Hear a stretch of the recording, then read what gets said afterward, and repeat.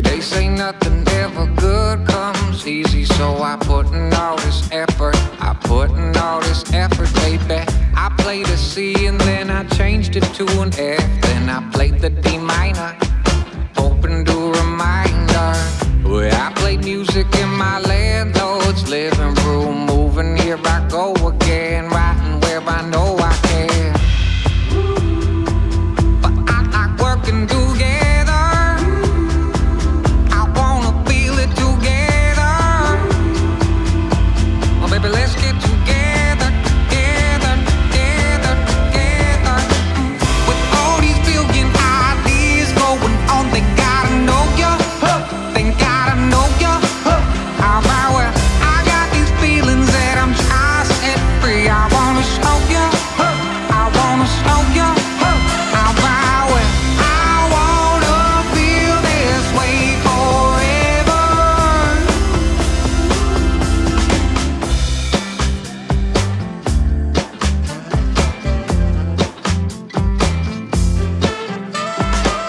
Then I was living off dog food in my van, working on a hit song, show you who I am. Getting tired of that open mic circuit where we hide under the covers, trying to please the others, baby. The only thing that brings me back into my element is wanting to provide for you, no matter what we decide to do. But I wanna do it together.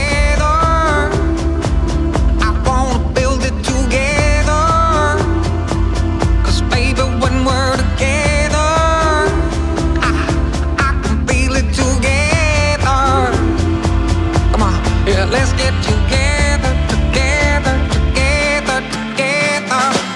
With all these billion ideas going on, thank God I know ya. Thank God I know ya. Well, I got these feelings that I'm trying to set free. I wanna show ya. I wanna show ya. Well, I wanna feel this way forever.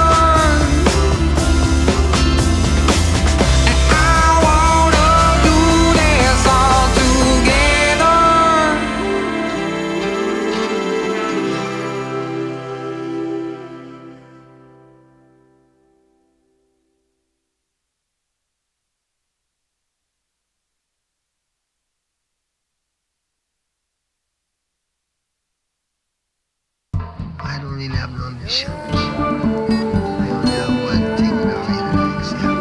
I like some lights. Not quite shine. That's all. Well, I know my life is passing by, but I won't be busy asking why. It's so monopoly, get that property, How's make it properly. it going? How's it going? Week 7. That's pretty incredible. Okay, so I'm super tired because it's been a crazy week. Moving. Had to move a piano with my hands yesterday. That was pretty fun.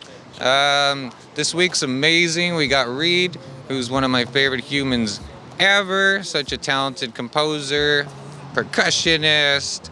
And then we got Roger from Calabash. Roger, amazing human as well. Calabash is an amazing West Indies, Caribbean fusion, I suppose. Just incredible food, live music when there is live music, art, great art.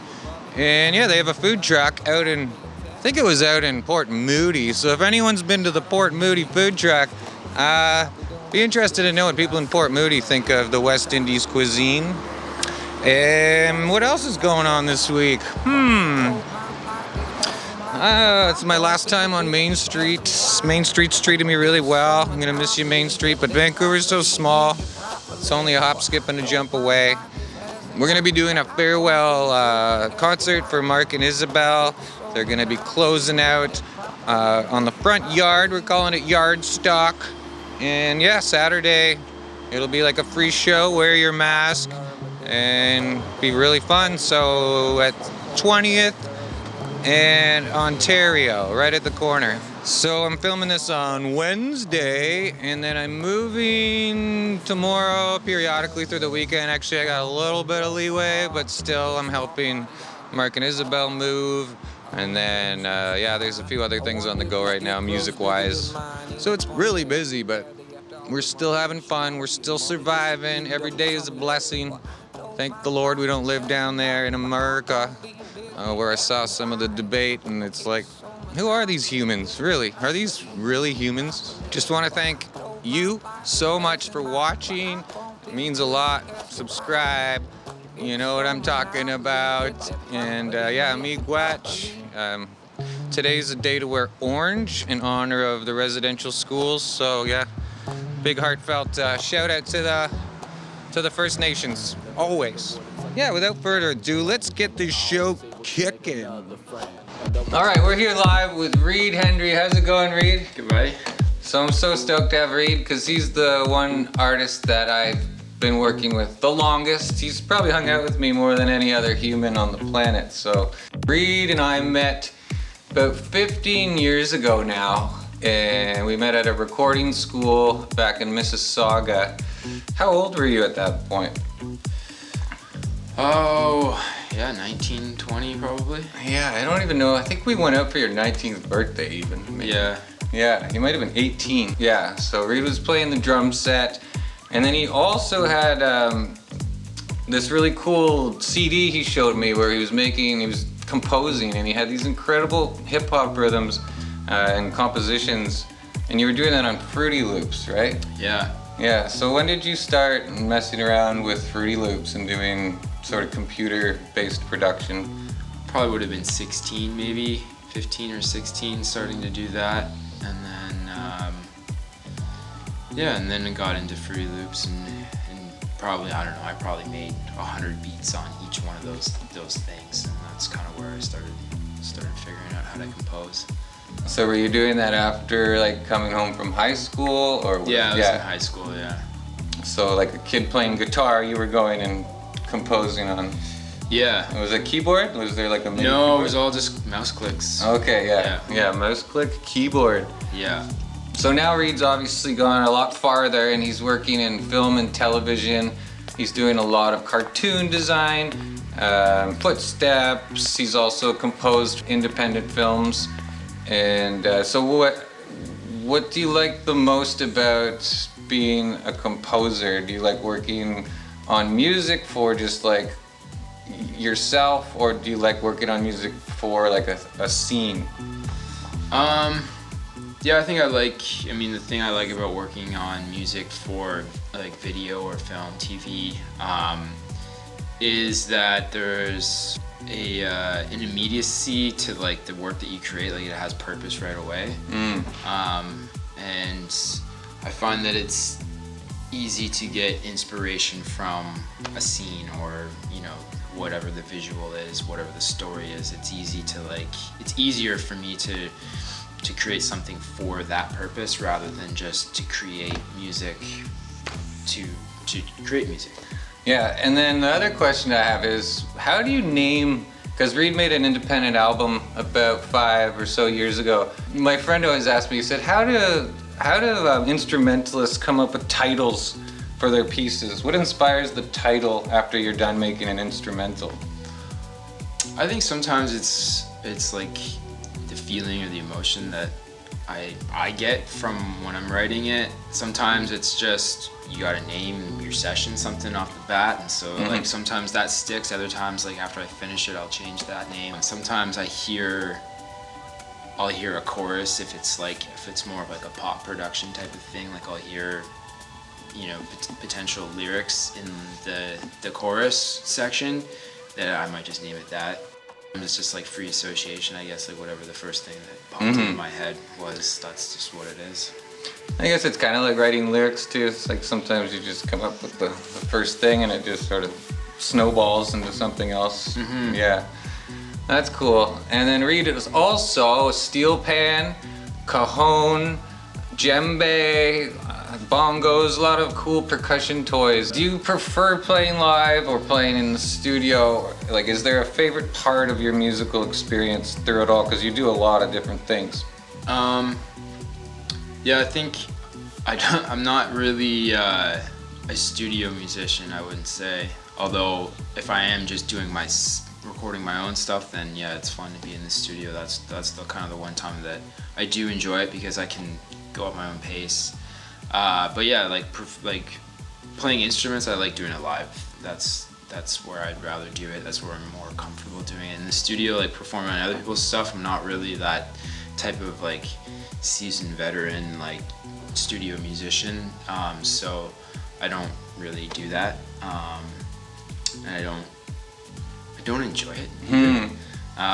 Okay. So I like kind of, if I'm in the studio, it's just because I'm doing my own stuff. If I'm hiring somebody, I'm hiring someone that knows how to do it. Like, you know, I can say anything to them and they're gonna be able to play it. Like, that's not me, so you know, I don't put myself in those positions. Gotcha. Yeah. So as a performer, you know, we've played the Commodore, we've played some larger folk festivals, and like, do you enjoy the thrill of being on stage? Do you enjoy the energy that comes from performing live and the interaction with the audience as much as being in the studio, or do you find them different? Do you like the balance of the two?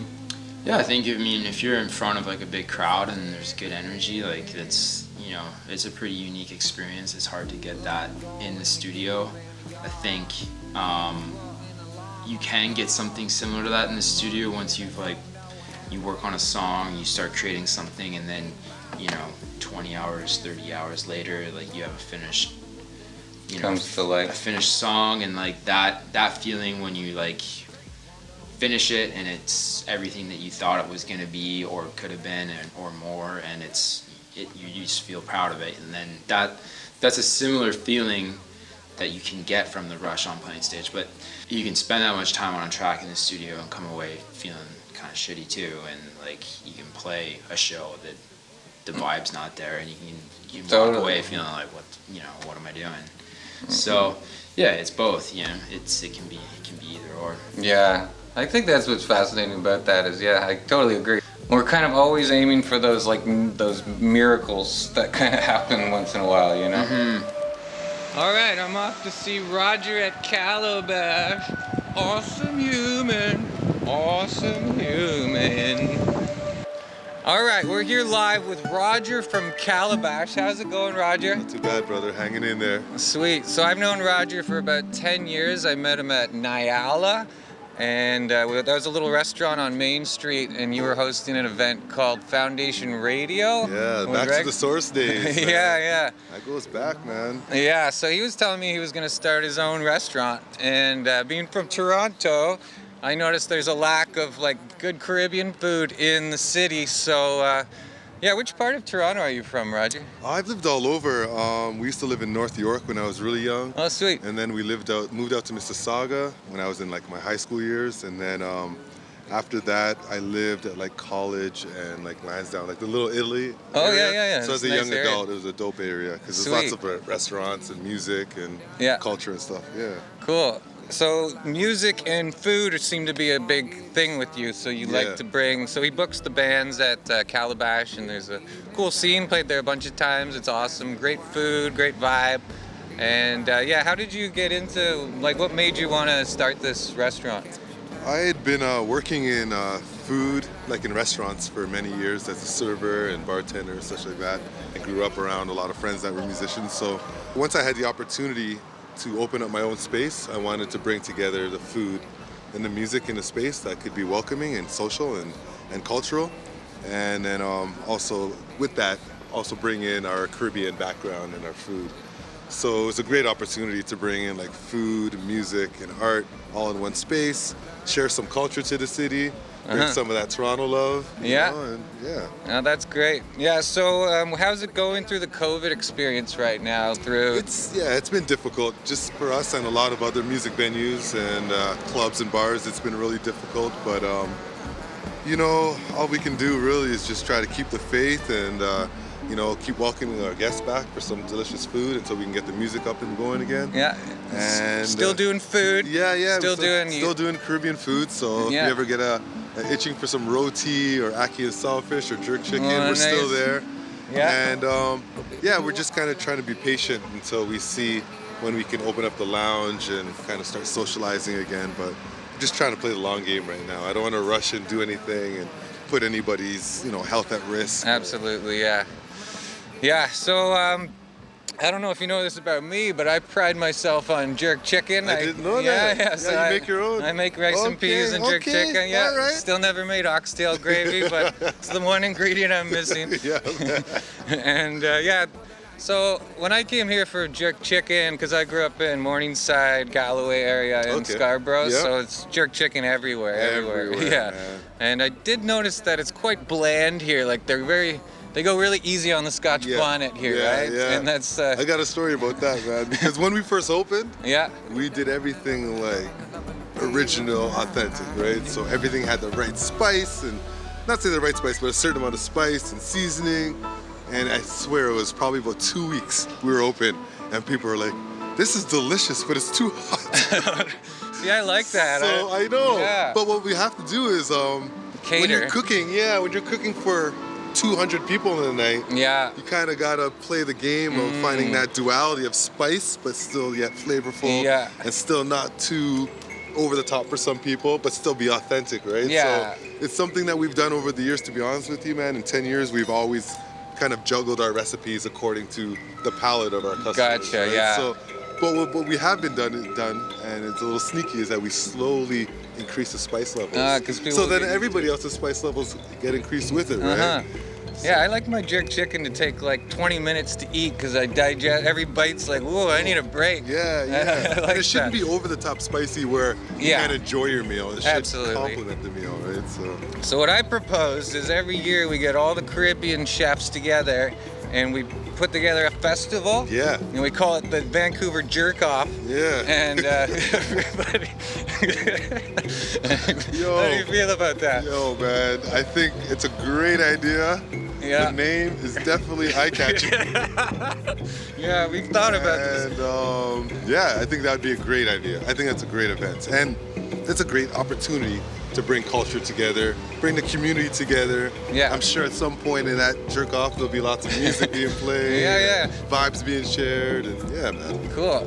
Well, I just want to thank Roger so kindly for being on the show. Thanks so much, Roger. Hey, All the thanks best for having to me, you. bro. It's good to see you again. All right. Thanks for having me.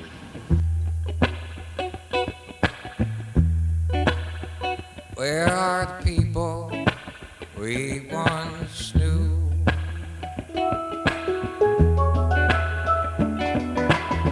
I used to know someone that I would hang around. She moved out, had to get out of town. We used to hang out in the summer at the cottage. Now older and now she's went to college. I told her that I called it and I got a job to pay me. Well, I had to wear a collar and I just saw that picture. Reminding me of you. Where are the people we once knew? Where have they gone? Yeah, what are they up to? Where are the people we once knew?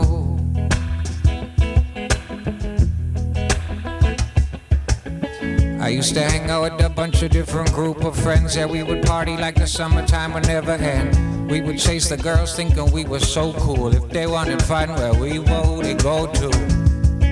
Well, that was then, this is now. Different ground, different town. Everybody look around and I could still feel that party and the shit I was going through.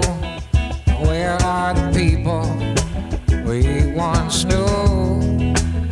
Where have they gone? Yeah, what are they up to? Where are the people we once knew? Where are the people we once knew? Where are you? Well, as I write this postcard, she sits near the sea just like the Coast Guard and waits for my messenger to deliver the letter that I was sending her. Your old pals, what's up like Yukon? What you working on, baby, where have you gone? And I still remember, but back in the day when we were younger. Oh.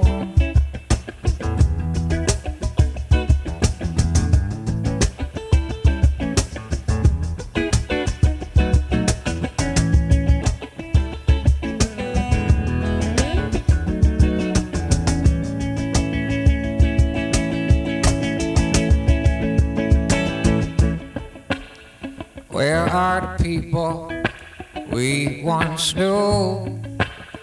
Where have they gone? Or what are they up to? Where are the people we once knew? Where are the people? But really, where are you?